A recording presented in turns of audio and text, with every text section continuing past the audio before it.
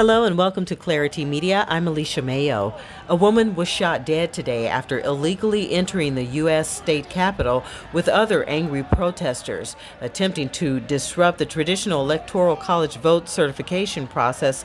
The unnamed victim was a part of a group egged on by President Trump's allegations of a stolen election by Democrats. Lawmakers gathered on the Hill today to certify the election of Democratic President-elect Joe Biden as the incumbent Donald Trump and his attorneys have run out of angles to appeal the presidential election results. Meanwhile, a violent mob loyal to President Donald Trump stormed the United States Capitol, forcing lawmakers into hiding in what the AP describes as an attempted coup to overturn the democratic process. They were following directives made during an early morning rally by President Trump, where he urged protesters to march to the Capitol. House Speaker Nancy Pelosi says lawmakers will resume the counting of electoral votes after the Capitol was cleared of all of the pro-Trump occupiers. Washington's mayor issued an evening curfew attempting to contain the violence. So joining me tonight, everybody, is Professor of Politics James Taylor from the University of San Francisco. He's an author and political correspondent. Thank you so much for joining me, James Taylor. Also joining me is Larell Morrison, Clari-T Media political correspondent and Atlanta-based reporter who has taken part in several protests in Atlanta. She was part of the Rodney King protest, and most recently was part of the Jacob Blake protest that occurred after the shooting of Jacob Blake in Atlanta, where she was tear gassed. So thank you both for joining me. I got stumbled there as my son was trying to call me. I'm so sorry. Usually I, as a mom, I jumped right to those phone calls, but as of he's 15 now. I think he can wait. He can take care of himself. So, Professor Taylor, let me start by sharing some video footage from the events that happened earlier today. And I want you and Larell, as well as the audience out there, thank you all for joining me out there. I want you guys to check out what happened during the electoral certification process on Capitol Hill today as those protesters showed up. And we're going to watch the videotape together. And then I want to get your comments and feedback, Professor and Larell. Thank you again for joining me, everyone. So as you can see, the violence erupted here.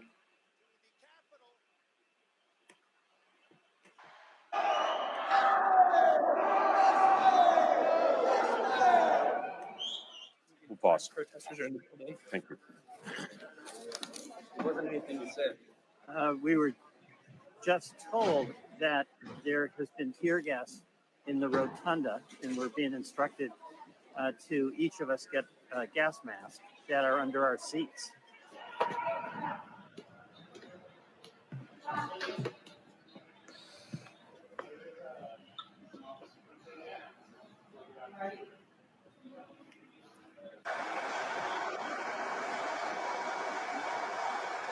Okay, all right, you guys. So, as you can see there, it was a lot going on today at Capitol Hill. I mean, again, those lawmakers were on the Hill doing what they traditionally do in counting those electoral votes before the inauguration, after the quote unquote legal election of the new Democratic president-elect Joe Biden. So let me start with you, Professor.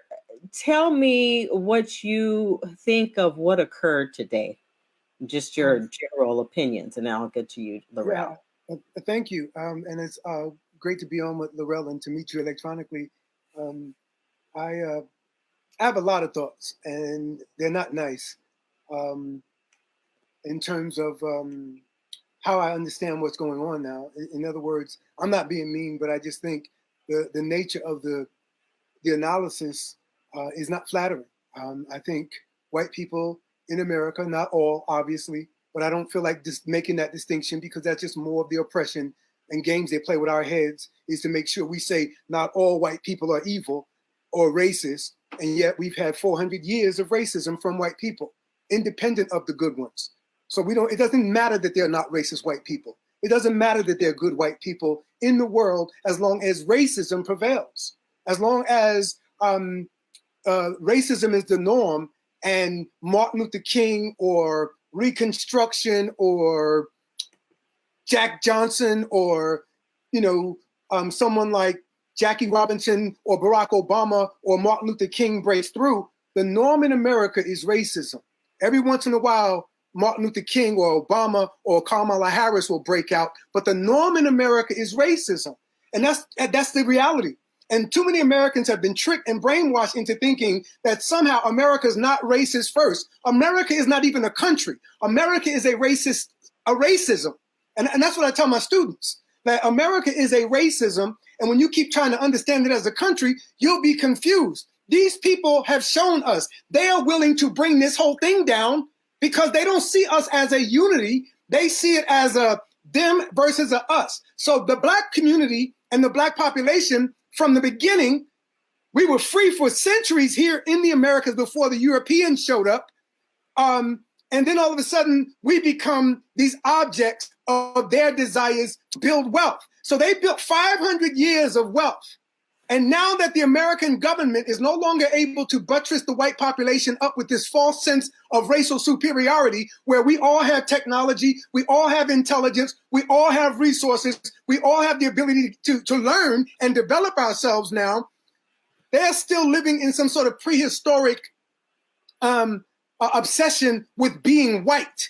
And that's what Ta-Nehisi Coates tried to convey in his book, Me Against the World, is he kept saying the people who identified themselves as white. What we're seeing is not about America. It's not about all of us. It's about white people and a narrow segment among them at that, who are obsessed with the idea that our advance or liberation is somehow at their expense. That's the problem. There's white people who have seen us engage in democracy through the 1619 Project, through democracy, through voting in the midterm, in the primaries, voting in the general election, voting in the elections last night. Black America is responsible, listen carefully, for 18 million votes since Donald Trump won in 2016. Since 2016, including last night, 7 million, November 3rd, 7 million votes. We have beat him by 2 million on the night he lost, and we beat him by 8 million in the midterm in 2018. So about 18 million, mostly Black people, have been the only opposition. We've been the main opposition to Donald Trump. And if it wasn't for Black folk, one, Obama would have lost both times. So there wasn't no white breakthrough and moment of white post-raciality that we reached with Obama. No, white voters rejected Obama twice. And if it were not for non-white voters, Obama would have lost both times. And so we're really still in the norm. Trump is the yin yang to Obama. Or if Obama's the yin, then Trump is the yang, and they both reflect white racism. Trump immersed himself in it, headlong, and still doing it proud and loud. And hey, he told these racists last night, tonight, I love you, right? And Obama, on the other hand, ran away from racism. So when I say yin yang, Obama and Trump both understood racism similarly. Obama avoided it for 8 years, and Trump has swam in it for 8 years. And now we're seeing the culmination of it, where they want us to turn it off. They want these white folk to turn it off, but you can't turn this off now. You open up this floodgate, you open up the gates of hell as it relates to racism, and now you got to deal with it. And so people are in the streets on both ends of the spectrum. We got the Trump protesters, we got the Black Lives Matter protesters, and we have the average citizen protesters like Miss Larell Morrison, who has been protesting in the streets as a mother who just got fed up. Larell, talk to me about what you saw in that video and give us a little bit of your background on when you started protesting in the streets yourself. Well, the video, thank you for having me. The video today was just upsetting because one, it was incited by the president.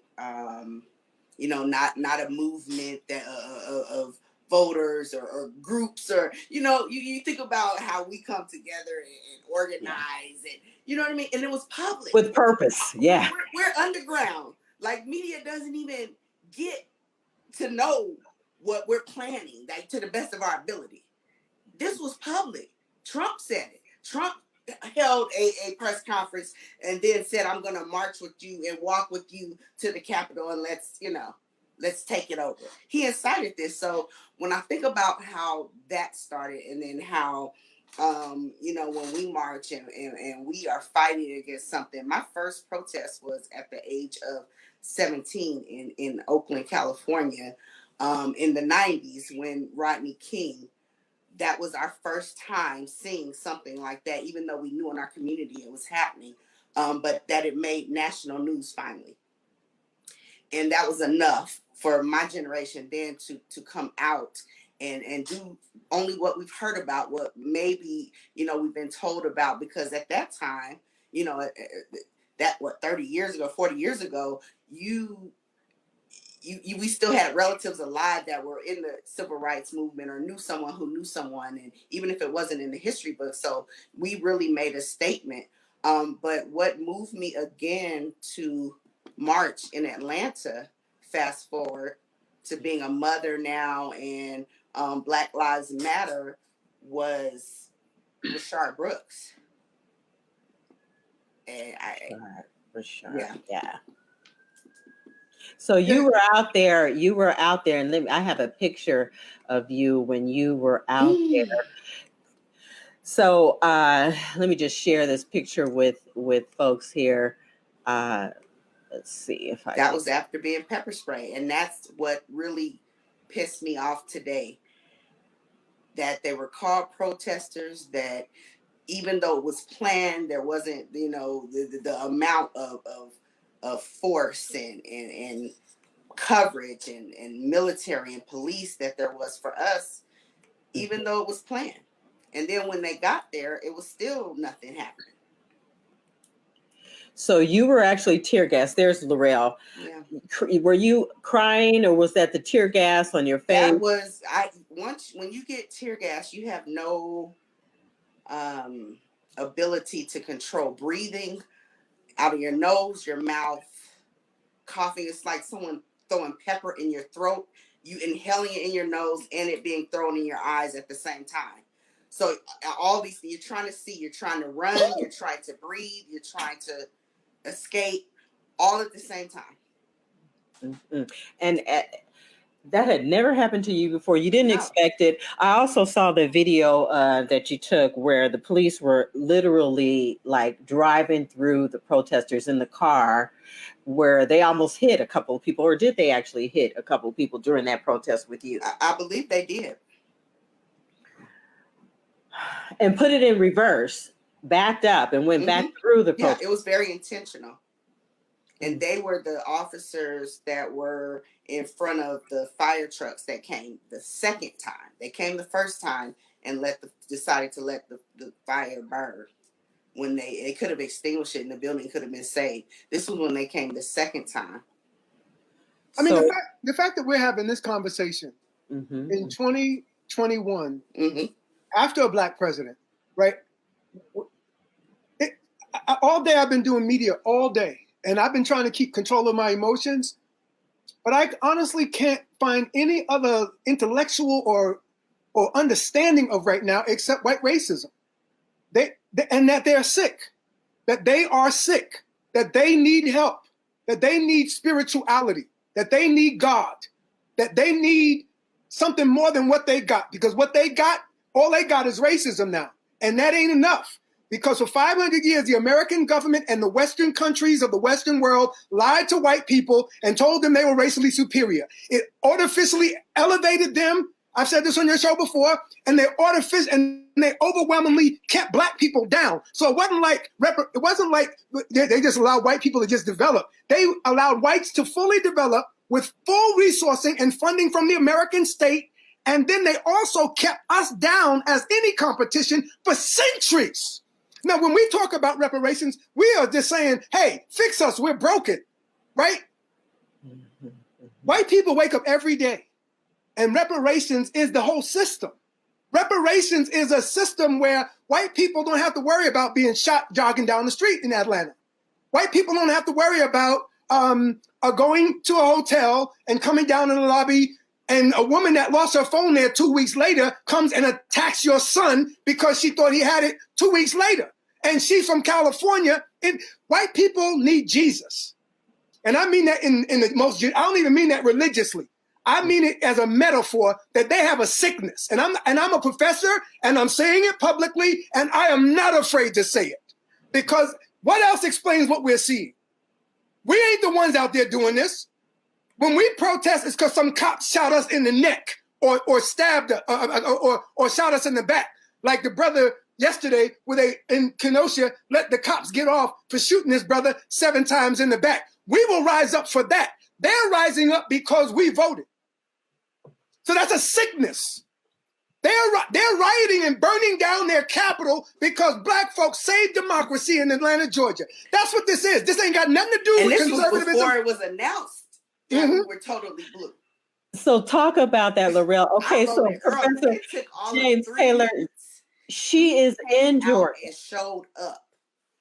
Say that again, Larell. Yes. Say it again. I didn't hear you. I said we came out early and we showed up in Georgia. Yeah, and they couldn't take it because they thought the racism was going to win. Mm-hmm. And then when they saw, really since Biden with Clyburn in South Carolina, I've been telling people who will listen to me, black people in America are the most sophisticated voters on the planet, more sophisticated than white people in America. Because even whites, they don't have a sense of mission or a sense of we-ness except with regard to non-whites who they don't see themselves as connected to. But for decades and decades and decades in social movement history, we have in other words, I think we are the one group well adjusted to right now, which is why in Atlanta, in Savannah, in Augusta, black folk are feeling good about. They know they honored C.T. Vivian. They know they honored John Lewis. They know they honored Ella Baker. They know they honored Martin Luther King and the very pulpit that he preached from with this brother being elevated. That's one of the best things about living here. And there's so many people not from here that don't have a sense of history like you do when you get here. Because you learn it. If you didn't know it before you came, you learn it when you're here. Wow. And that's one of the great things about Atlanta. And the powerful thing about that is that black people were on a mission to save democracy, to stop this racism, push back on it. And the tragedy of what we're seeing is there's no alternative explanation for what we're seeing in Washington, D.C. and around the country, mainly amongst them. Right now, black folk are feeling good about themselves. We are happy that we have killed the wicked witch through elections, not through violence. And instead of white people watching us and learning and saying, well, damn, black people are really committed to democracy. The 1619 Project that said black people are the real keepers of democracy in America was true. Instead of them joining us, I'm not talking about the young who got up with us. I don't want to forget what we saw in the spring when young people from every background rose up. I'm acknowledging that. Please hear me. But I want us to understand this is still a racial reaction. This is not a citizen dissent reaction. This is racism only in America, in the city. So these people are racist. They are not neutral. And I don't think that anybody who's in leadership, if the mayor of Atlanta, DC, or San Francisco, or any other black leader should be counseling black people to reconcile and make peace with these people. These people are at war with us, and it is insane. It is insane if anybody tells us to forgive them. But before you get to the war, it's that they fear us. That they fear us. No, I would agree. So Larell, now let me, I'm going to pause the video there that's running. Let me ask you now, because you're in Atlanta and you talk about being there on the soil and getting a real sense of what it means to be there. You told me earlier that the governor of Georgia, Brian Kemp, held a press conference today, and he talked about calling out the National Guard. And tell me what else you heard in his coverage as I look for that video. He did. And this was while CNN was still obviously covering what was happening at the Capitol. And right before he had his press conference, they had just announced that we did turn blue and Ossoff won. So I thought he was coming on to talk about that. But he actually first mentioned how reprehensible it was, all the activities and the violence and everything going on at the Capitol. He acknowledged that that he was against it. So that, that was good. And then he talked about employing the National Guard, and I'm trying to understand why. If he thought the Republicans here would maybe go to the state capitol and protest, right? Because we've turned blue, or he didn't really say why. So he mentioned that. He never mentioned, the state turning blue, him stepping down, saying goodbye. He didn't mention any of that. But one comment he did make that I did not agree with was in talking about and being totally against the protest and riots today, really, that happened at the Capitol. He said that we had peaceful riots in Atlanta. And I disagree with that because I was pepper sprayed. So Okay, you know I that. don't know how the comparison, there's no comparison. There's no Let's take a listen. What's happening there and now. And the reactions from law enforcement, no comparison. Right. Okay. So let's listen to Governor Kemp as he addresses what's happened today. Let's see here if I can get this going so we can check it out. As you all know, in Georgia, we had peaceful protests all summer long, allowing people to let their voice be heard on an array of issues that we had going on in our state and in our country at that time. But we certainly did not allow anarchy, and we will not allow that now here in the state of Georgia. It is unimaginable that we have people in our state, in our country, that have been threatening police officers, breaking into government buildings. This is not the Georgia way, and it is not the way of our country. An individual being shot during the middle of these activities, that I don't even know the details on that, while they were there, is unimaginable. And for those of you that have been calling on a special session, you can now see what that would have looked like. Rudy Giuliani saying, quote, trial by combat, end quotes, is simply outrageous, and there's no place for that in our nation. I want to let my fellow Georgians know that today I will be extending the previous executive order that has activated the Georgia National Guard. That will continue to be in place this coming Monday, and they will be called up as needed. I feel confident that they will not. We have to come together in this state and in this country as we move forward. Now I'll turn it over to Lieutenant Governor Duncan. Okay, so what reason would we need the National Guard here? They only post up at the state capitol, which you can't even park. It's very hard to get to. It doesn't even collect a volume of protesters because it's right in the middle of downtown. And then you have your alternative, the other place where they post up, which is in the Black neighborhoods, especially during the time of Rashard Brooks. They block the interstates, they block the exits, go each ramp exiting and entering on both sides, north and south, of getting anywhere. You can't get anywhere near it. So I don't understand why. So have you seen any Trump protesters out in force where the National Guard would be needed in Georgia, in your neighborhoods as far as I don't think they've been called or threatened to be called before now. That's what makes it interesting. And is there any activity going on down in the ground that merits what he's talking about? Are people protesting and gathering right now? Not that I've heard of, but I will have to take a look. Not in my timeline. Yeah, I haven't seen anything. So I'm like, why is he calling the National Guard? It's DC that's on fire, not Atlanta. No idea. Right. It's a sickness. I mean, I think we have to keep in perspective who all these people are. Stacey Abrams was clear to make sure we don't get caught up in defending the Secretary of State, who is on their side. He did everything he could to help Trump. He even purged, according to Tasha Brown, 225 or 250,000 mainly black votes in Georgia.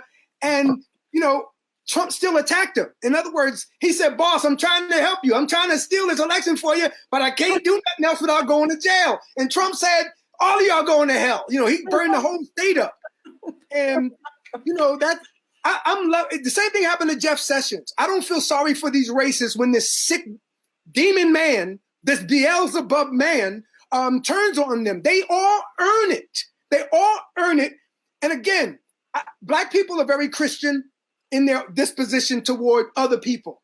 And I don't mean that theologically. I mean that in terms of our character as a race. We as a character, again, I'll sit here and debate anybody on the proposition that Black America has a level of spirituality that no other group in America has. And I'm not talking about religion. I'm not talking about church going. I'm talking about you shoot up a church and they find a way to forgive your evil self, your demonic racist ass. But it starts at home. Yes, and ma'am. The only way I know that is because of how I grew up in California and to move here and raise kids. Just today, just this week, in fact, yesterday, my son plays baseball. He's a junior at Westlake. He's a pitcher. Nice. He's been, you know, COVID has been very challenging for, you know, them getting together and things like that. So he's been working out on his own. Our local park is still closed, where he grew up playing Little League ball because of COVID. So he goes to a predominantly white city, 2 towns over. And there was a group of Caucasian baseball players that he's seen there before. And you know, he's seen there, same height, seems like same age, things like that. And they've never said anything to them. And he took the initiative yesterday to ask them, did they want to do, you know, live at bats and some hits, and he would pitch to them. And he couldn't believe that how welcoming. It was just a total, you know what I'm saying? They were fine, but it's the fear and what they see. They don't have black friends, and so if all you see is what's on the media and, you know, what you hear about. And they made some great connections yesterday. Great connections, homeschool kids. You know, one is on the north side in a magnet program as well, just like my son. And you know, they just found out they can get together at this park and congregate, even though they're 2 different races, and with the same goal. So what that says to me, Larell and Professor Taylor, is that while America moves on, there are still some people stuck on stupid. Big time. Literally stuck. And I really am, as an African American, with that historical, you know, attitude that I was raised with, to unite and to treat others the way I want to be treated. I'm trying to sympathize, and I am considering, like, why they must have stormed the Capitol. What made them scale the wall? Because I sure in the hell wouldn't have done it myself. I would have stayed behind the barricades and yelled as loud as I could. But what gave them that gusto to feel like it was okay to break the rules when we have assimilated and followed the rules and done everything outside of our natural selves to just get along? I mean, there's 320 million people in this country. It don't take we can find 50,000 people who'll do anything. Yeah. We'll find 50,000 people that'll cut the heads of babies off on TV if we ask them to. So don't be surprised that we have sickness in a sick society. And I want to, sort of be clear that when you think about what's happening tonight, a lot of this behavior has already been demonstrated. We're just seeing more of it. This was Kenosha. This was Kenosha when everybody celebrated that young white man's mother driving him across state lines in Illinois to Wisconsin and killing someone, and then driving them back across state borders. And the next time she's in public, she gets a standing ovation from a room full of people. That doesn't happen to black mothers. A black woman taking her child from Chicago over to Wisconsin to do a drive-by, then go back into Chicago, and America celebrates. That's what happened here. That's what's happening now. In the boy in Kenosha, he's the second most popular white man in America to Trump. So this is the sickness we're dealing with. You have almost two Americas, a black and brown and non-white America that is to me, deeply embedded in its spirituality, its ancestors, its history, its art, its music, its dance, its culture, its rhythm. And it is more powerful than racism. And I don't know if anybody's ever said that to either of you or anybody else before. But I am convinced the more and more I've been thinking about what's going on in our society, and the more I look back at our history, and the more I look at what has survived, I realize our culture is as strong as it was in slavery. Right. Our black culture. And it makes you want to go back to segregation. Yeah. You know what I'm saying? Be together. Right. So, because that was the point where, before integration, there was this sort of cultural genocide that happens. Fortunately, in the South, I think, Larell, you all do a better job of recovering this in Georgia. I got family in Georgia and in South Carolina, in terms of trying to, like when you go to LA, you go to Atlanta, you'll see 20 black folk together in a group. Out here in Cali, you'll see 20 Mexicans in a group, in family, but not black folk, unless it's some special occasion. And I'm talking about just every day, going to, the local restaurant with the, you'll see, I would see all these black folk. I'm like, wow, black people in the South are very similar to Latinos. I had a major culture shock when I moved here. I moved here originally in '93 to attend Clark-Atlanta University. Wow. It had major culture shock because I'd grown up going to private schools in California and this and that. The reason I chose Clark-Atlanta, that was after doing a year at a state school in California that was pretty much looked like how I grew up, with every race. Okay. But I had never had a black teacher except for a substitute in 8th grade. And it was a male. And he had a big influence on my life. And at that point, I said, I'm going to go to a black college because, and I came to Atlanta and it blew my mind. Yeah. Now, I had been at a conference in Virginia right before Katrina in 2005. And there were about 20 black political scientists all just meeting together in the conference. Out of several hundred, we were just having lunch. So we ended up, men and women, sitting in this hotel lobby for about 12 hours, and hundreds of people joined us. And they were mostly black Southerners. And so I'm being a New Yorker, I'm talking about white people in the North and the South and the differences in the West Coast. And the black folk, to a person, they were all just quiet and cool about it. Like they had this confidence that we know how to deal with white people. Y'all are the ones that are confused out there in the West Coast or up in the Northeast. We understand what we're dealing with, and we negotiate that. And so, to me, there's so much more potential for us as a people going back south. And very few people know this. Since 1970, for 51 years, every major city in America, in 70 on, from Oakland, San Francisco, Richmond, black people from Chicago, Detroit, LA, have all been going back home to the South for 50 years, quietly, one by one. I'm from Richmond. You know what I'm saying? Richmond, Cali? Yes. Oh my goodness, I'm calling that your town. Right. I'm calling that your town. Which I think is a very important city historically. Black folk, even out here, don't appreciate the deep history of Black Richmond is just as important as Black San Francisco and Black Oakland. They and don't in fact, talk about it. And they that's are what I'm inseparable. talking about, the difference between celebrating culture in Atlanta versus other places. And that's what I'm suggesting is, like, Black people have to take a panoramic view and realize we're still here, and we strong. What we've seen last night was Black people showing that they are still alive and they still care and they are still trying to fight for this country. That's what we learned. And this white backlash is typical. Every time they see us advance or they think we've advanced, there's a backlash. Martin Luther King, Ronald Reagan comes 12 years later. Jackie Robinson, Jag Johnson, white riots and pogroms and lynchings, right? Barack Obama, Donald Trump, Reconstruction, Jim Crow. So we've been through this. This is the nature of race in America, is this dance. When we move forward, They say, no, y'all get back.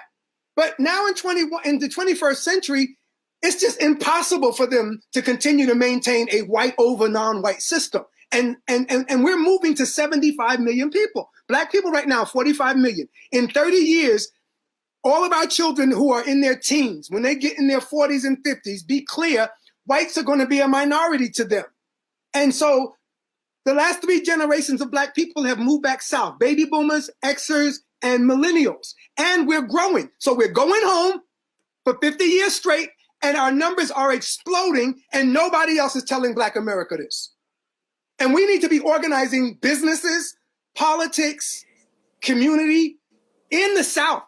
So what do you think about? I'll shut up after this. The future of Black America is Southern. So what do you think about Freedom, Georgia, and the movement? They just acquired some more acres. It was at 100 acres. They're at 500 acres now. Yeah, see, that's what I'm saying. They need to do that for the rest of us, even if the rest of us never go there, so we can mentally benefit from knowing that Black folk achieved that and that there are alternatives. I think Akon, the singer, is putting together billions of dollars in Africa, trying to do the same thing, trying He's to say to building a Black city. people, there's some place you can be in the world where there's not hate directed at you.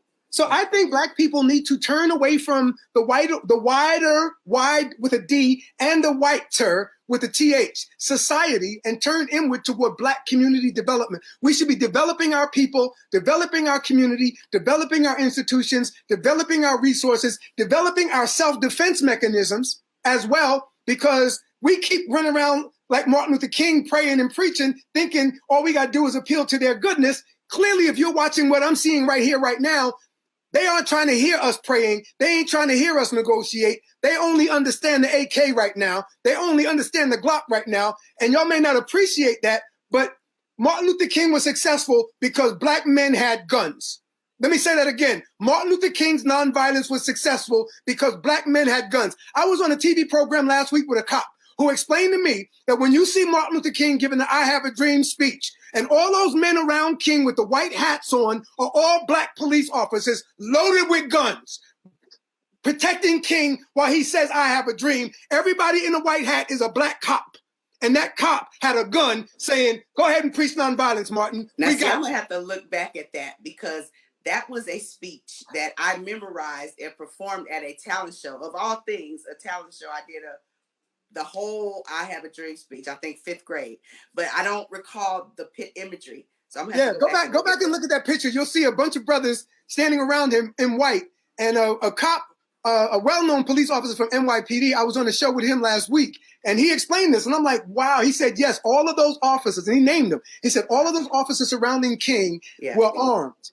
And so my point is, there's a book called We Will Shoot Back by Nyake, and I don't know why I cannot say my brother's name. Akinyele Umojo. His book is called We Will Shoot Back. And there's a second book called That Nonviolence Will Get You Killed that document Black Southerners. The Panthers with the Black Panther image, be clear. The gun is a Southern culture thing. The Panthers, when they were rising up in the 60s, they were being more Louisianans and Monroe Louisianans than they were Californians. In other words, the Black Panther Party picking up the gun in Oakland was a Louisiana thing, a Louisiana gun culture thing. And Black folk in the South are as familiar with gun and gun culture historically as white folk, and there ain't nothing white folk know about the South that Black folk don't know better, because they tilled the damn land for 4 centuries. So I'm suggesting that we are in a predicament where the not effing around with me party is necessary right now. The people in Stone Mountain, I don't agree with violence at all. I don't like violence. I don't believe in violence. But I'm not going to encourage it, nonviolence, when they out there burning down the Capitol and we run around here singing, oh, Jesus, come and get us. Oh, Jesus, take care of us. Oh, Jesus, protect us. And they run around believing in the same Jesus with a lynch rope and a flag and shooting. I think we as a people need to let them know we will fight back and you will die, and we will not accept y'all victimizing us just randomly. And I don't like sounding like this, but in reality, this is what is necessary right now. Professor, let me ask you, when you talk about being willing to die for the cause, Those folks scaled those concrete walls. They seem to be willing to die for the Yep. cause. There was a white woman Yep. Who died? willing to die for the cause, Right. right? We know about how Black women show up in force. What if women are willing, white women, Black women, if we are willing to die for it, what's up? Where's the Crips? What? Where? And I might end up getting hurt behind saying this. Come on now, come on with it. Where are the Crips? Where are the Bloods? This Where is are worth the fighting Wicked? for. Where are the gangster disciples? Where's all the gangs in Black America that claim that they run the hood? Where the hell are they? You gonna come and kill me? And While they're praying for Dr. Dre. They'll come and kill me. They'll kill me for saying what I'm saying. But George Zimmerman will keep walking around America with a middle finger up to them, humiliating them. And meanwhile, they pulling out their nines and shooting up in our community, talking about they gangsters and thugs and killers. The only one that was serious was Micah X in Dallas when they blew up with that robot. Everybody else is just rapping. Stop rapping about revolution if you ain't down with revolution. And what I mean by that is we're at a point where we need our trained soldiers to begin to train Black community around self-defense, the way the Nation of Islam did with their people, to teach us self-defense. I'm in Oakland. A Black girl named Nia Wilson, coming from her boyfriend's funeral, was at the bar minding her business, and this white boy from the Proud Boys, because the Proud Boys had met in Oakland that day, walked up to her and her sister and stabbed them both and killed Nia Wilson. Right. So I'm in Oakland. I'm looking at white folk like they're all killers. I'm looking at all of them like he could potentially stab my daughter. I think Black people, we have the habit of being so good toward others that we don't see that others aren't necessarily feeling that benevolent towards us. So let me play devil's advocate now and be good to white folks. Because, you know, that in fact is my job, to try and be objective and to try and look at the other side. And I was doing that earlier on my earlier broadcast, you know, trying to imagine, okay, so these folks who attempted to take over the process are finally feeling the way we've always felt, okay?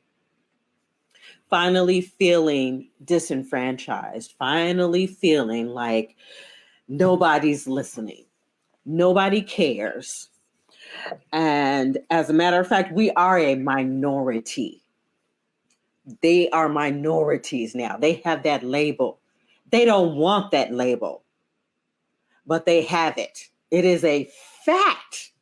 It's never really been a fact for us because, you know, we don't really know the true numbers and the true statistics. I mean, I just had a new grandbaby. There are 5 brand new babies, Black babies in my family. Uh-huh. My 47-year-old cousin had his first child. Wow. Nice. Okay. And so we have 5 additional Black baby boys, all baby boys, as my grandfather, 93 years old, passed away 2 years ago. He brought us 5 brand new Black baby boys. That's amazing. You know, so I don't necessarily believe that we are minorities, but in fact, white America is a minority. It is a fact, and they are feeling it. Yeah.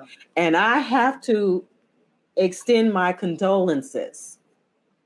I feel like, you know, I am in the process of watching, like I'm taking part in, I'm witnessing a death almost. Yep. And I kind of feel my heart goes out to them in a way, because not all white folks are bad folks. Right. You know what I'm saying? I agree. I mean, I'm Irish, I'm Russian, I got white blood in me. So, and it may not have necessarily, and I'm not trying to romanticize the relationship between white and Black, but, you know, there is some love between us. You know, it has not been all bad. There were white abolitionists who truly believed in abolishing slavery and racism and all that stuff. And so I do kind of feel a sense of sorrow for them, because I know what it feels like I think that's where my empathy comes in, is because of who I am as an African woman mixed with the European. It's just, I don't know. How do you guys feel about that? Do you have any sympathy or empathy at all? And I know you do, but explain what it feels like and how. I don't. I have no sympathy. I have no empathy or sympathy because what we're going through is not necessary. Other white people in the world ain't acting like this. Some are, and mainly the young men who are upset with being alienated from their societies. But I'm saying, what I've been trying to say this whole show is that Black people have reached a level of being able to relate to other human beings from a standpoint of goodness. That we, generally speaking, when we wake up, I'm not talking about all of us, and we're not all perfect. I'm just saying, generally speaking, when we wake up in the day, it's about the day, it's about other human beings, it's about the good, right? I'm not talking about gangs and criminals. Right. I'm talking about everyday people, right? And yet, in other words, Black people care about white people. Black people care about Asians. Black people care about Palestinians. We champion everybody's cause who's ever had a cause, even when they don't champion our cause. We sitting here right now having sympathy for the white folk that want to put us on trees, and I understand it. But right now I'm looking on TV. Lindsey Graham is on TV doubling down. So we're sitting here offering up the olive branch to them, and they are still holding the AK-47 up to us. And I think that's a mistake of our culture. This is not the time for Martin Luther King. This is the time for Huey P. Newton and Elaine Brown. And Rosa Parks, who actually, if you read the book Warmth of Other Suns, actually packed the gun. In other words, I don't think this is the time for healing because we're not finished with the bleeding. They are not finished with us yet. And that's what we have to recognize is Donald Trump is in office for 2 more weeks to do this. So for us to talk about reconciliation, the problem I have with that is in the 1876, I'm looking at right now, Lindsey Graham just got up. First thing he said is 1876 election, and I'm friends with Tim Scott. So the election that took away Black power for 90 years with the 1876 election, and he says, I'm friends with Tim Scott. As he stands up, the same senator who called Georgia and tried to get it overturned himself before Trump, and the same senator who told Black folk in South Carolina, you are not allowed in South Carolina unless you conservative, is on TV. So I cannot possibly be prepared to make peace with the people who are doubling down on their racism. I think what we need to do is continue to tap into the depths of our community and our people. I think we need to recognize that our culture is more powerful than racism. And I don't think we appreciate that.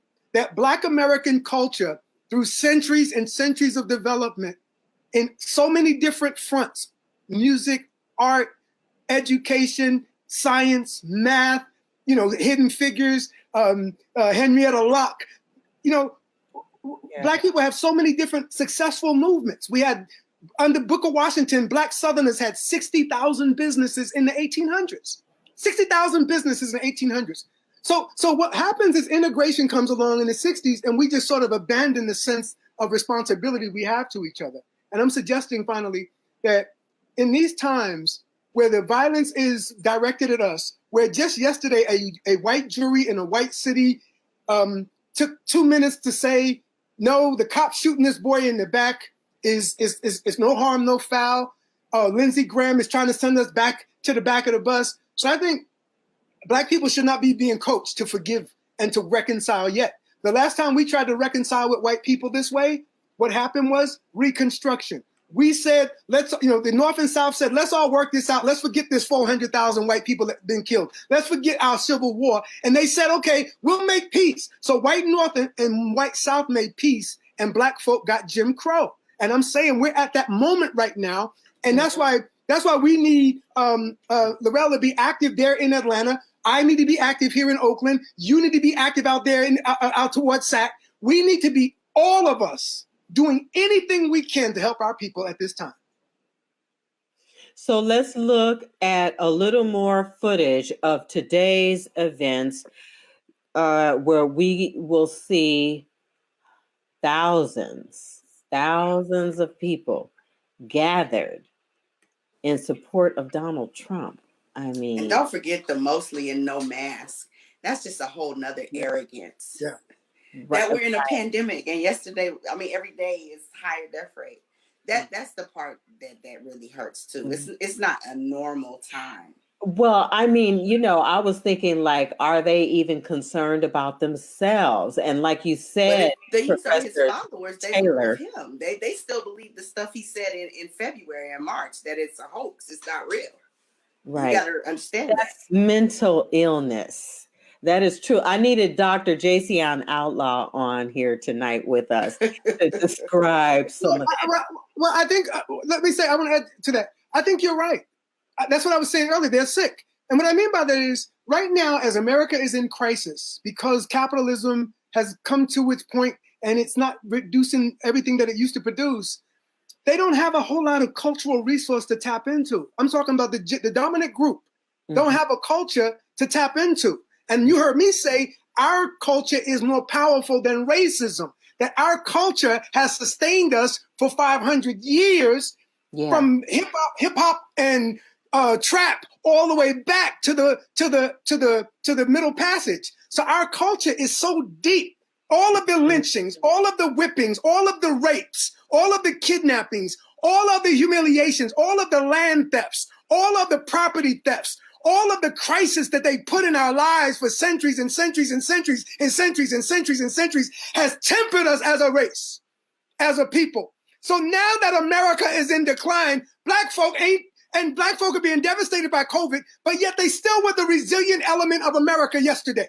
Black people in America, the only group how do I say this? The only group in America anybody outside of America should be interested in is Black America and what we're doing here, because the whole world has watched for the last 9 months Black America pull out a miracle after miracle. And yet they don't have the same resolve. Listen to what I'm saying. What I'm saying is the reason all those people right there are out there in that crowd is because they ain't got nothing else but racism. We have 500 years defending against it. And defending against the racism, we developed a culture that now survives and sustains us. So what I'm saying is white people are in trouble because the only culture they had was hate. And now that they're in crisis, they ain't got nothing.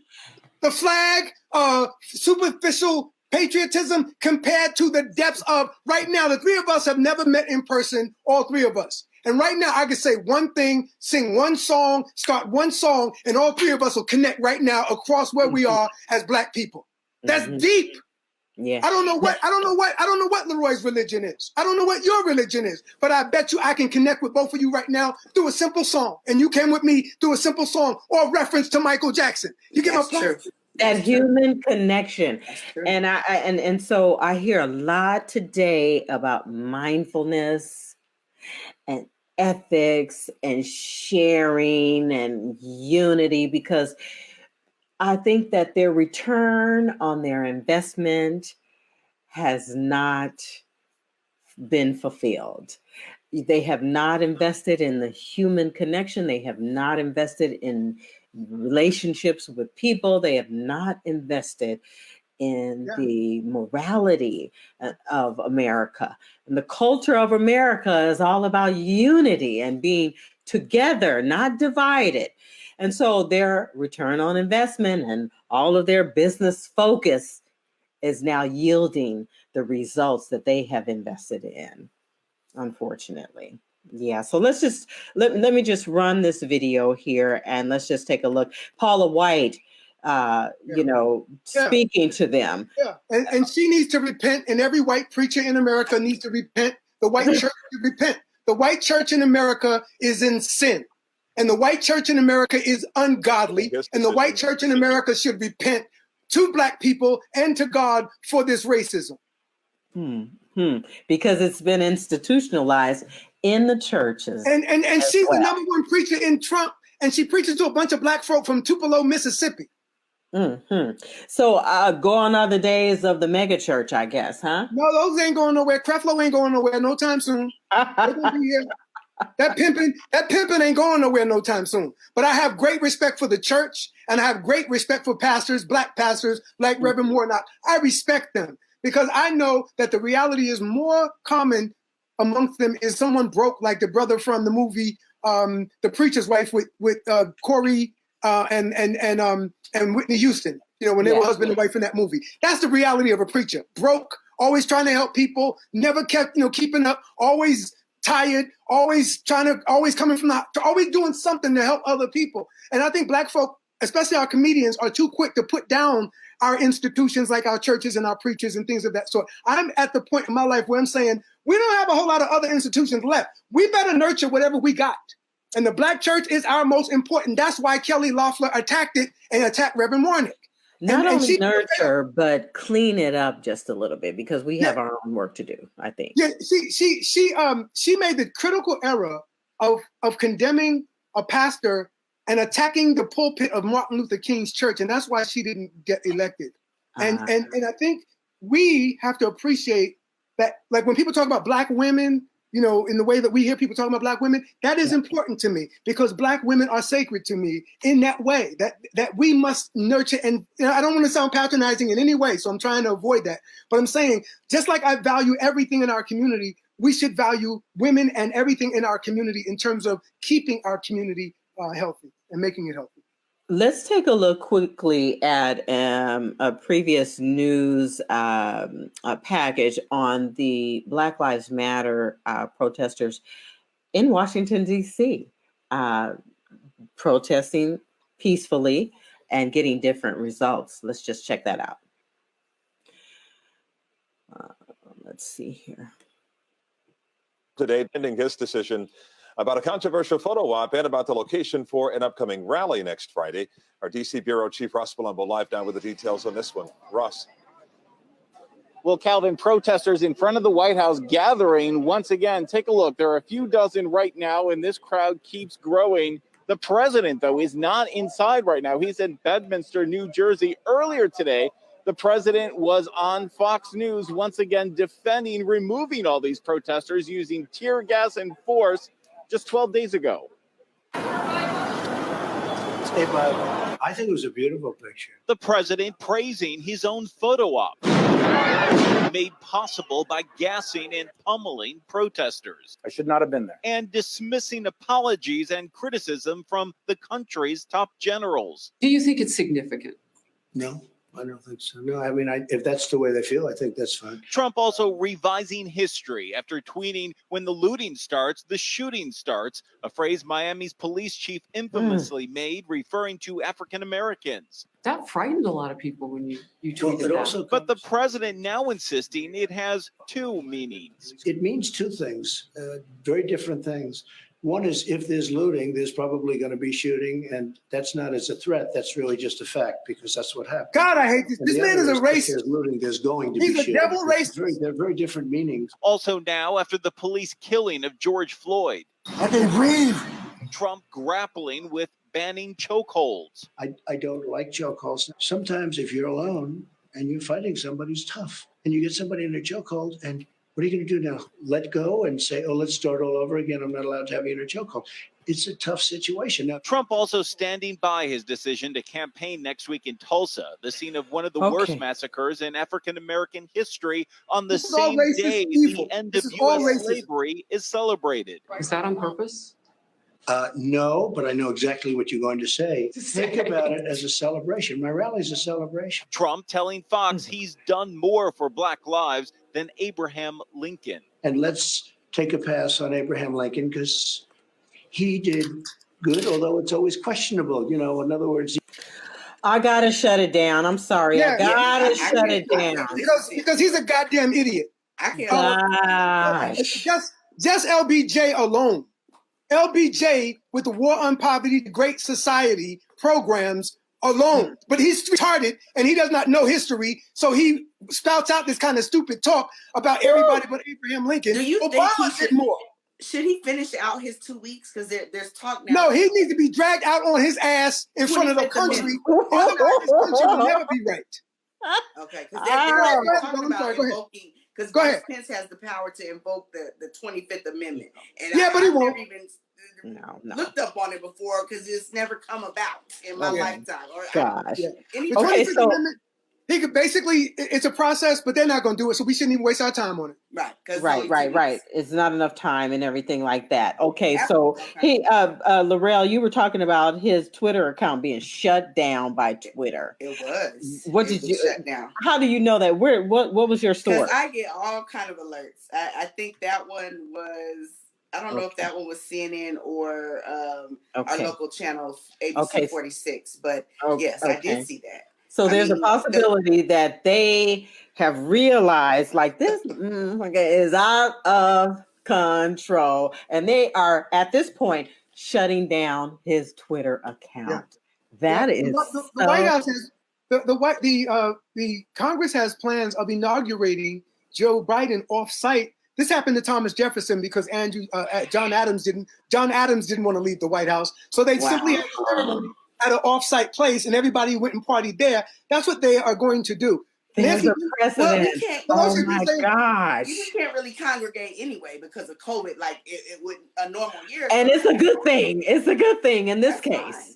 It's a good thing in this case because, in fact, there may be that whole drag. You know, he may get dragged, and we're going to need as much room as possible. It can't look like this. This is Obama's first inauguration. Wow. The year that I went, I was right behind the reflection pool. Nice. And this is my first time visiting DC. Nice. So Larell, you've been active in your own way. It's so nice to see, an average citizen get so involved in so many deep ways that we have no idea just how powerful the ripples from your presence are. Yeah. And I think, Black Atlanta has been under a lot of pressure from Kemp. When the police shooting happened at the Wendy's, he flashed on the mayor when they were talking about PPEs and everything with the COVID. He went against her. Right. It was her against him and the state and local mayors against him. Yep. But I think Black Atlanta accomplished something last night and November 3rd that it had not successfully done in a long time since they rose up with the movement.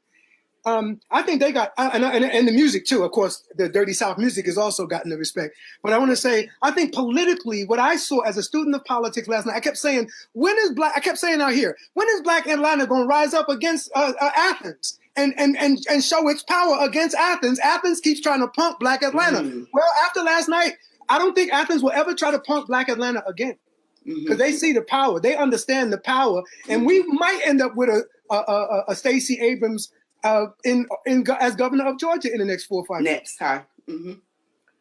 Very possible. Wow. So look, I just pulled up Reverend Raphael Warnock's response to the win. To the win.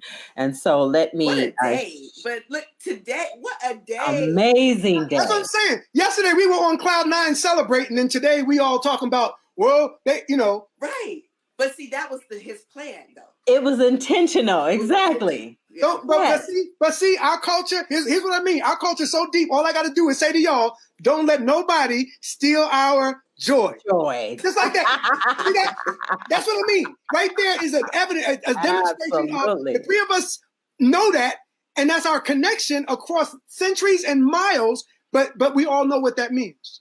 That's right. Let me fast forward. Okay, so YouTube has a way of sneaking in ads and stuff. Let them get past their ads. So Reverend Raphael Warnock calls projected win reversal of the old Southern strategy on The View today with Whoopi Goldberg leading the conversation. Ooh, let me see, because I don't even watch this anymore. Let me see this. Do we want to watch this? Okay, here we go. Hold on. I wasn't gonna play the whole thing. I was just gonna play. I just get whatever makes. I can't do 11 minutes of it. She wasn't happy that was back from maternity leave with Meghan McCain. I was like, oh, okay. And I have to say, I have to tip my dreads to Georgia, because I never thought that we would see this kind of change. And when you look and you realize that there's never been anyone, I'm knocked out that Warnock is the man now. I don't know. I'm knocked out. I have all this stuff I'm supposed to be saying, you know. He's going to make history as the first Black senator elect in Georgia. Amazing. It's nice when America gets Look at Meghan McCain's face. something amazing. She blinking like she about to cry. Look at her blinking. Well, maybe we're surprised, but we won't talk about whether we're surprised or not, because he's going to be on with us in about 14 seconds. Well, see, that's the problem. We don't hate them. Go ahead. Go ahead. Make your comment, and then we'll No, watch go ahead. it. I'll let him play. Okay. You're ready? Okay, here we go. Start with that. We are thrilled to welcome this man to The View right now. Congratulations. He got a new smile today. He had that smile before. You to be able to say, thank you for electing me the first Black senator from the state of Georgia. What did that feel like? Well, thank you so much, Whoopi, and it's wonderful to be here with all of you. It's great to be back on The View. I am delighted and deeply honored that the people of Georgia have chosen me to represent them in the United States Senate. I know that these are some difficult and dark days, but every now and then God sends us a glimpse of hope and light, I think, to encourage us to keep fighting the good fight. And so, you know, I want to say to some kid who's struggling, persons in struggling families across Georgia and across the country, that you are looking at an iteration, an example of the American dream. I grew up in public house, one of 12 children in my family. I'm number 11 and the first college graduate. Through hard work, grit, determination, I was able to go on, earn 4 degrees, including a PhD degree, become the pastor of Ebenezer Church, and now senator-elect from Georgia. I got there through It's powerful hard. because how many? I am the product of Pell Grant, student loans. As a toddler, I was in Head Start. I know the importance of good federal public policy, and then this defining moment in America when there's so much suffering and there's so many people trying to divide us. I hope to go to the U.S. Senate and be a force for good and pulling us all together as we build what Dr. King called the beloved community and respond to the concerns of ordinary people. How can any American citizen wow. not understand that there are more people like him than not like him, no matter what race? Yes. Okay? Especially Yes. That's the celebration. People living in trailers, and let's talk about it. These are the largest apartment complexes I've ever seen, and I'm glad to be a homeowner here because I mean the apartment complexes are huge. I've never seen anything like it in California, and it's not always a desirable place to be. I've heard Trump's son-in-law owns a lot of those apartment complexes too. Trump's son-in-law owns a lot of those apartment complexes as a slumlord. Right. But what a beautiful change of events, Professor Taylor. Well, I was just going to say that's why I think we had 2 previous presidents, Obama and Trump, who both claimed to be city presidents. I'm from Chicago. I'm from New York. And neither of those men had an urban development program. I'm saying that Joe Biden, if he does not come correct with like a massive transformational urban program that recovers Baltimore, recovers Trenton, recovers parts of Philly, and the poverty of Black people everywhere in America that led Trump to calling them shithole countries. If Biden does not eradicate those conditions for us, then we should send him to hell and the Democrats too for the next 20 years. Because at this point, no more y'all got our vote and we don't get no return except smiles. At this point, we as a people in the 2022, 2023, 2024, 2025 years must see newness, new streets, new buildings, new institutions in Black communities, just anywhere. And if we don't, we should damn the Democrats and never support them again and let them die. And because the Trumpers are killing the Republican Party, and Black folk, we could easily kill the Democrats by just withdrawing our love from them, and it's over. So I'm saying we are a very powerful people. We've done some beautiful things for this country, in terms of its democracy. I think tonight people like Larell can go to bed knowing, as Black folk from Georgia, they can talk to all of the rest of the black folk and just say out to us spiritually, we took care of this, didn't we? And we did, and they know they did it for the rest of us as they did it for themselves and their own children. But I just want Black America to understand what Georgia did is so deep. It's so deep that we got a black man hearing about it who's a senator now. In the same place where the governor likely stole the election from the black woman 2 years ago. She got her revenge. Yeah. She got a preacher from now you put it in perspective for her. And how has she survived? I just think about even how has she, because her focus was such on the movement and she never swayed and did all of this. Did she even get paid for it? Like what was she doing to even sustain during all this time? You know what I mean? Yeah. She never swayed. Yeah. And I think she's an example. Mm-hmm. And many people need to replicate what she did across the Black South. And I just think the future is bright for Black people. I do. I know I won't be here, but I'm excited about the future for our people because I see Stacey Abrams. I see Corey, the sister that just got elected recently. Her name is slipping my mind, but Corey, who just got elected recently. And then you had, you have Ayanna Presley. You have a number of people in politics who I think are very, who are trying to do the right things and who are saying the right things. Again, this system is so complicated and intended not to change. So we have to realize we have to stay focused long term. This ain't no 5-year movement. This ain't no 3-year involvement. This ain't no fad where you're into it and then you're out when you get tired. We can't get tired because our ancestors taught us that lesson. You don't have the right to get tired. We got to keep pushing. I'm going to keep pushing until I'm dead. I'm going to keep fighting and calling them out for what I see until I die. I'm not giving up. I'm fighting. I'm going down. I hope y'all are too. I'm going down swinging for my people.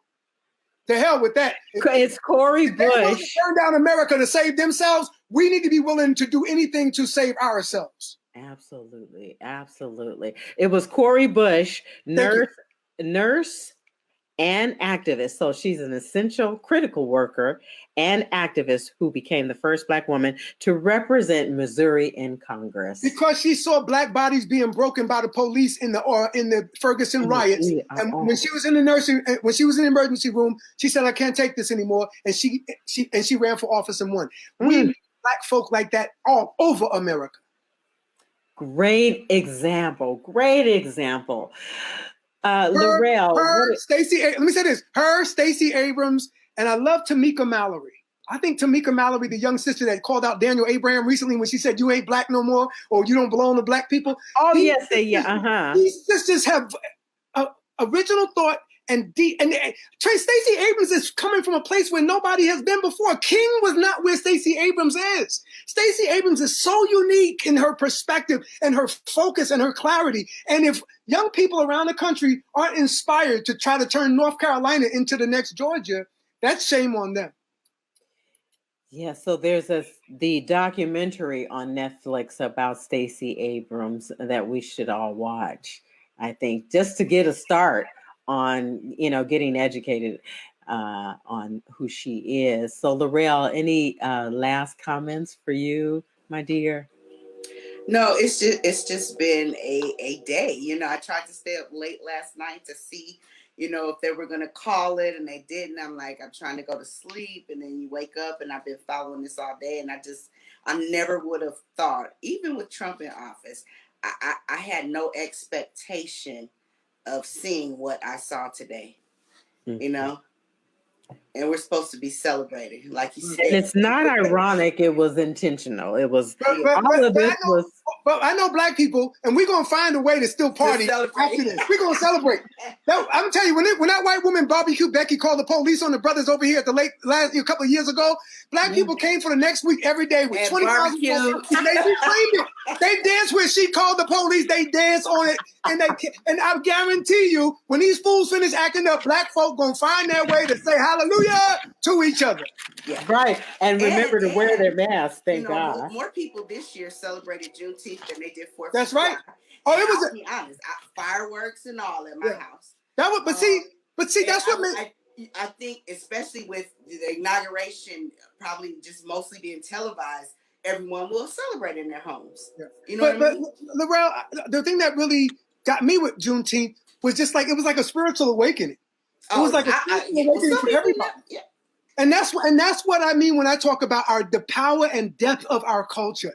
That our culture is the one thing stronger than white racism, because it's the one thing that has kept us all this time.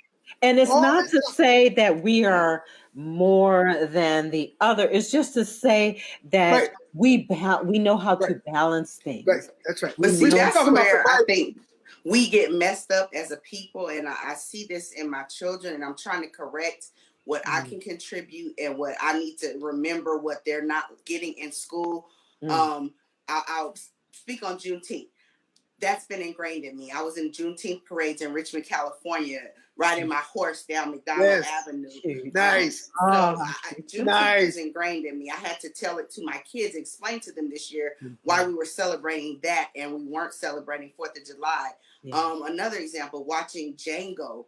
I watched it with my kids. We had like a marathon movie session of all movies I picked that I wanted them to watch, and Django was one of them. And they watched it from beginning to end. I have a 16-year-old and a 19-year-old, and a few things they didn't understand. Why there were candles everywhere. I'm like, there was no electricity. They didn't understand that, but something else they didn't understand that I began to explain was, things that we weren't able to do. So when we got married and had ceremonies, the ceremony is jumping over the broom, and just something we had to create for ourselves as symbolism of marriage. I explained to them braids and cornrows and how maps were drawn, as an escape route to pass down to people as they escape and were gaining their freedom. So or the comforter, like the quilts. The beauty of our culture is so deep. I had the honor and the privilege to study at Laney College in Oakland, where many of my junior college professors were former Black Panthers. Ron Brown visited our campus before he was killed to talk about the ideas around media ownership. That's right. The importance of being able to communicate our messages. Desi Woods Jones is still a mentor of mine. Belva Davis, the first African-American news reporter in west of the Mississippi, and all this talk from the Trumpers about how the media has played a part in stirring up the problems, when I'm sitting here trying to understand what they're going through. Like, I'm extending an olive branch to them through my media platform. I don't have them joining me here tonight. I have you guys. and hey, I'm good. But the offer is still open to any Caucasian, any European descent person out there who wants to share their perspective. Please reach out to me at AliciaMayo430@gmail. Let's talk about what's going on in your life. Really, I'm here to to support the voice of the people. And as a people, African Americans are amazing people. We are amazing people, and I'm so honored to just be in the group. I'm so honored to have a drop of Black blood, because we have been through so much, and we are able to still imagine a world that includes everyone, not just ourselves. Exactly. And that is why I call myself a queen. That is why I call my brother or a man of an African-American man a king, because he truly has the qualities. We have the qualities. Other folks can have those qualities too. It's all about behavior and what you do in your daily life. And so here we are, the three of us, trying to do something that really will benefit a nation. We are here to try and lift as we go. We're not here to clown and talk bad or down to anybody. We are here to try and elevate and to educate and inspire people to stay on that path of change and really bring forth the revolution, because we are in a revolution here. And let's just move it forward. Let's just keep pushing. Let's keep pushing, doing our part to push and get us to a better place. So I want to just thank you, Professor Politics James Taylor from the University of San Francisco. Tell us the name of your book that you authored. The book I have out is called Black Nationalism in the United States. The subtitle is Malcolm X to Barack Obama. The second one is Something's in the Air, Race, Crime, and Marijuana Legalization. And the book, I'm finishing the 7th chapter on the next book coming out is called People's Temple, Jim Jones and California Black Politics, to explain the connection of the Black community to the People's Temple movement that led to the mass deaths in Guyana in 1978. Thank you so much for all of your work to educate us and being here on my platform.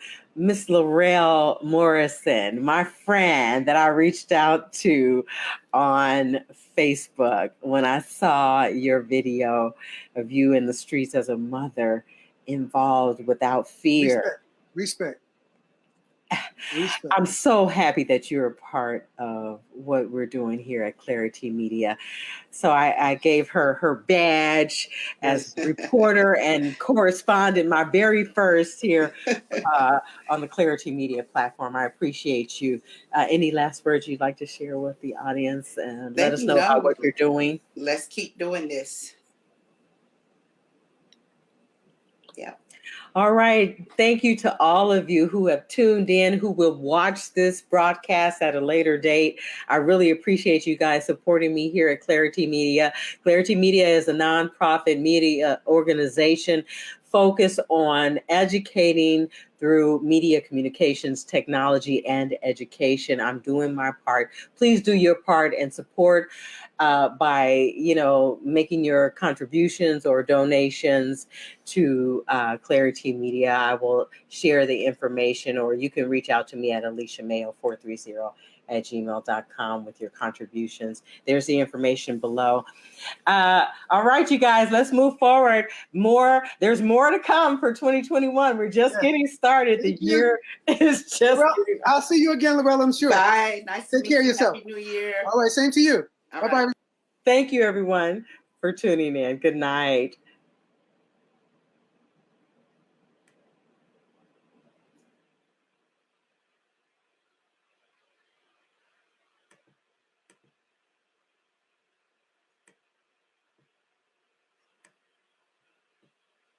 Hi there, everyone. Thanks so much for tuning in to Clari-T Media. It's Alicia, CEO, founder, executive producer. If you're enjoying the programming, drop me a like, a comment, or a contribution to nonprofit media like this. Thank you. Black woman owned. Clari-T Media. Tune in weekdays to the Bay Area Mental Health Hour on YouTube, Instagram, and on Facebook. You'll find us covering issues surrounding your everyday coping skills and your mental health and wellness. And remember, your mental health matters as much as your physical health.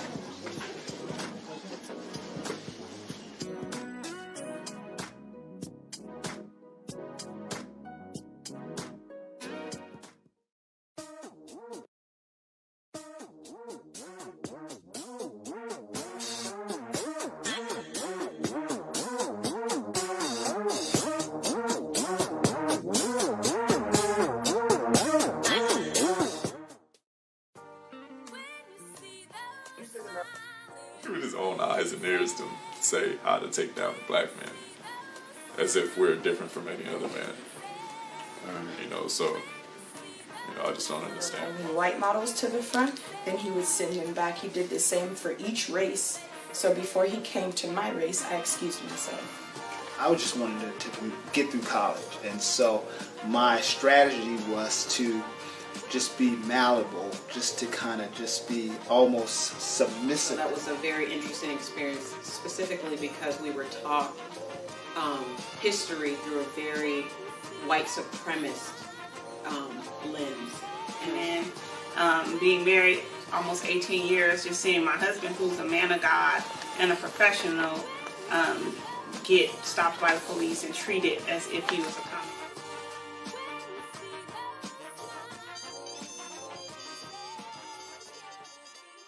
I am a nigga. Black woman owned. Clari-T Media. So I guess nearly 200 dead, 14,000 who are sick, millions, as you witnessed, who are scared right now. What do you say to Americans who are watching you right now who are scared? I say that you're a terrible reporter. That's what I say. The American people are looking for answers, and they're looking for hope. And you're doing sensationalism, and the same with NBC and Comcast. I don't go, let's see if it works. It might, and it might not. I happen to feel good about it, but who knows? I've been right a lot. Flatten the curve, my patterns and words gonna have these rappers locked down indefinitely, effortlessly I merge the elements that represent the illest shit that you heard. I elect D Sharp for president 2 terms, cause on the 2-term tables he be reckoning your whole electorate, certified and confirmed on every curb across the German-fested earth. We the freshest disinfected shit of legends here. Shakespeare during the Black Plague, penning King Lear. Macbeth poetic, we bring it back that hip-hop aesthetic, where you had to have skills to get credit. Every concept and subject processed and dissected. God in the essence, each line refined with divine presence. Prophetic, the message, Malcolm X's and John Legends. Excellence, freak loops like we got a fetish. They told me slow down, I said I'll always push limits. From the town where we have sideshows during pandemics. You better have a health plan when I drop this sickness. They will have to extend the quarantine till past Christmas. Whoever listening, check them in 5 days for the symptoms. Looking at me like I just got off the plane from Wuhan, coughing and sniffling. Bitches. Can't come outside. Ain't making music for the people. You can't come outside. Can't come outside. Can't come outside. If you ain't speaking the truth, you can't come outside. Can't come outside. Can't come outside. I'm the sickest alive. I'm the sickest alive. I'm the sickest alive. I'm the sickest alive. I wash my hands, my sins off in the same span. To the White Hoods in office, I can see the plan. If I catch Zimmerman slipping, I hope it doesn't jam. Got an Uncle Donnie, I don't fuck with Uncle Sam. The Unc told me you should eat grits and scorpions. That means I'm tough, boy. That made me pull your card and call your bluff. Hoping niggas at your door not giving a fuck. I'm included. A nigga with an attitude, ruthless. Fuck R. Kelly in his 2-step. I believed I could fly before I heard his music. Hit a lick on the rap game, strip it like a nudist. Me, I never shared too much, gotta keep him clueless. But I gotta keep my distance though. They say it's an issue, bro. Way before Corona, niggas were trying to just steal your soul. How I know, feel like I've been here before. Even wrote a song about it if you really didn't know. If I put that on something, then I put that on my word. I'm wearing thugs like the first Roman church. Mother Earth got me higher than the rain on the fires. Playing with me on the cover, Madam with a curse. Church, feel heaven said in a verse. No 9 to 5, but I still go to work. Get back to the hood and not say a fucking word. Who else really trying to flatten all of the curves? These weak rappers can't come outside. Can't come outside. Can't come outside. Ain't making music for the people. You can't come outside. Can't come outside. Can't come outside. If you ain't speaking the truth, you can't come outside. Can't come outside. Can't come outside. I'm the sickest alive. I'm the sickest alive. I'm the sickest alive. I'm the sickest alive. I've been shitting on rappers, trying to flush you niggas. 6 feet of separation won't touch you niggas. Loudest man in the room, I'll hush you niggas. I focus more on my stacks, trying to touch more figures. Does anybody speak real shit anymore? I'm a hip-hop group remaining close to the core. Supply in the man, you can't buy it out the store. Alley you from D Sharp, make a nigga wanna score. Part of my French 6-man coming off the bench. Brought tools to the game and can't loan me a wrench. Break rules on you lane since I jumped off the fence. I run for miles with the torch since they gave me an inch. I need a challenge. Cause I feel like I'm running in place shit. I'm more comfortable around gorillas and apes shit. Came up on good music, talking naughty by nature. Real recognize, real haters gon' hate you. Flatten the curve, power and thunder come from the words. B-boy stand selling what you heard. Pitch from the curb, dope rounds since 816. Package every single bar just to flood up the scene. Hotter than kettles, lower the treble, raise up the bass. MLK, Bob Marley, boy, look at my face. Body so many rappers, I could catch me a case. I ain't tripping off nothing, had to shorten my lace. And when the beat get low, you won't catch me sleeping. Grind so hard, I'm talking weekend and weekend. Heart full of gold that can never be weakened. God flow in these verses like it came from the dick. God. These weak rappers can't come outside, can't come outside, you can't come outside. Ain't making music for the people, you can't come outside, can't come outside, can't come outside. If you ain't speaking the truth, you can't come outside, can't come outside, can't come outside. I'm the sickest alive, I'm the sickest alive, I'm the sickest alive, I'm the sickest alive. Black woman owned. Clari-T Media. We could change that though.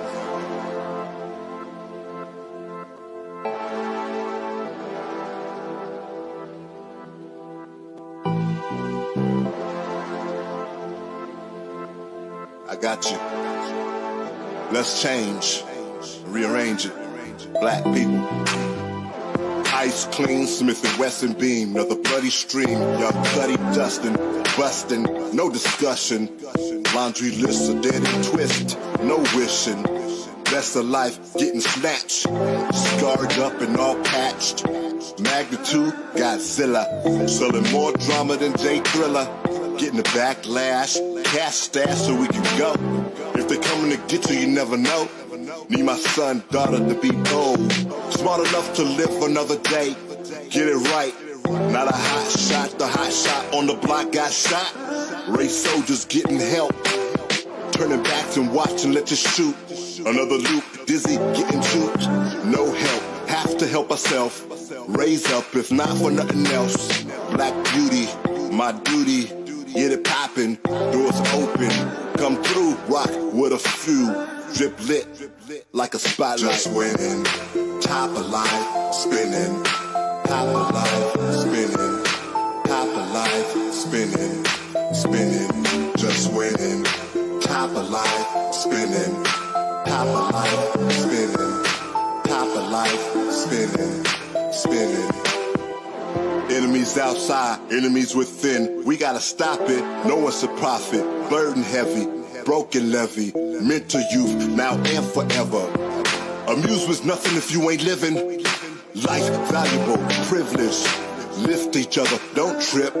If your brother slip, extend grip. Make cash flip, pay each other. That's a good look, need each other. Deep inside is survival. Jump in together, no rival. All vitals up, running good. If you could, you will, you got the skill. And then you should've played with all your heart. I see them sticking to it like a dart. And had an aim of archery to mark. Melanin, make them all envy. Experimenting, cause they saw many blow by a NASCAR race. Nah, better space, boost pace. Yeah. Nah, better space, boost pace, but just winning.